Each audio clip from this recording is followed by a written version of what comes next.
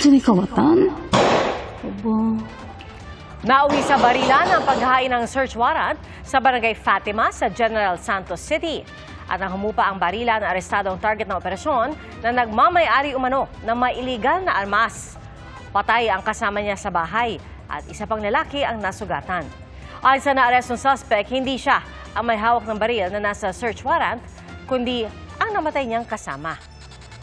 Bukod sa baril at mga bala, may nakarecover ang pulisya na mahigit 18 gramo ng hinihinalang shabu na mahigit 120,000 piso ang halaga. Nilinaw ng Department of Health na wala silang pinaplanong lockdown taliwas sa kumalat na maling impormasyon online. Ayon kay Health Secretary Ted Herbosa, walang flu outbreak sa bansa.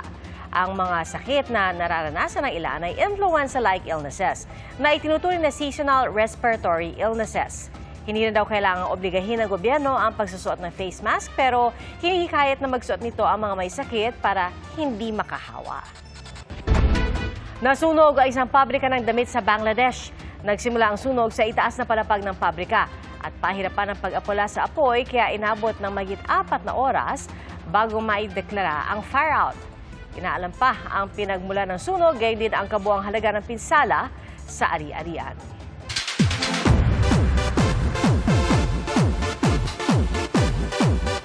Nagpakitang gilas sa pagrarap si sangretera Bianca Umali. At ang American comedian naman na si Conan O'Brien eksena sa Sanggang Dikit for Real. Narito ang showbiz saksi ni Athena Imperial. Epic trip to Manila ang ganap ng multi-awarded American comedian na si Conan O'Brien. Sa pag-iikot niya sa bansa, masaya siyang nakipag-picture sa mga nakita niyang fans. Tila before and after naman ang tagpo ng isang fan na finlex ang kanyang lock screen at childhood photo ni Conan. Niregaluhan din si Conan ng isang portrait na nakasuot ng barong. Ang pusa namang ito, chillin sa selfie kasama si Conan. Nasa bansa si Conan para mag-shoot ng kanyang show para sa isang streaming platform. Kwento niya, bitin ang kanyang 1-week stay sa Pilipinas. From the moment we landed, everybody has been so gracious, so polite. The people of the Philippines are very funny and warm-hearted, and they have great ideas. And I definitely want to come back if you'll have me.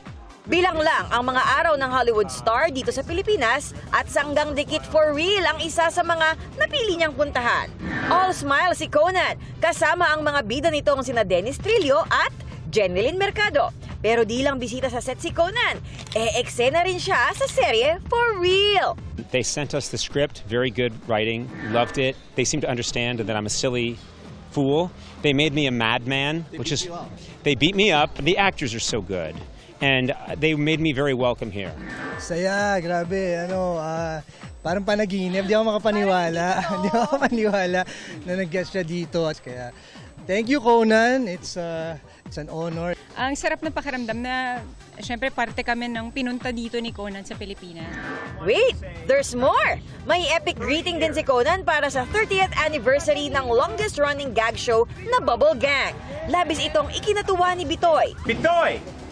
I want to say congratulations. 30 years to have a show. I don't care where you live in the world, that's an amazing record. You're a very talented person. I wish you the best. Congratulations.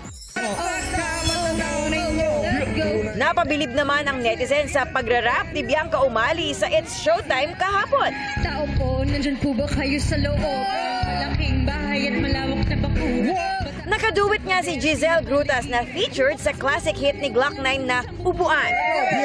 Nakaupo. Oh, yeah. Subukan nyo namang tumayo. Kwento ni Bianca, paborito nila ito ng kanyang tatay kaya memorize daw niya ang kanta at rap. Hindi raw makapaniwala si Bianca na nangyari ito at para raw ito sa kanyang daddy.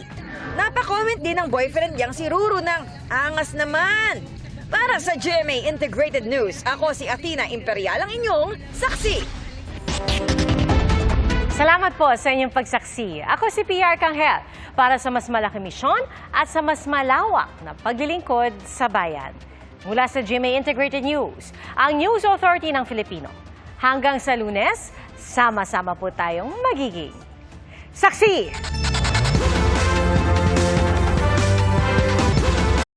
Mga kapuso, maging una sa saksi. Mag-subscribe sa GMA Integrated News sa YouTube para sa iba't ibang balita.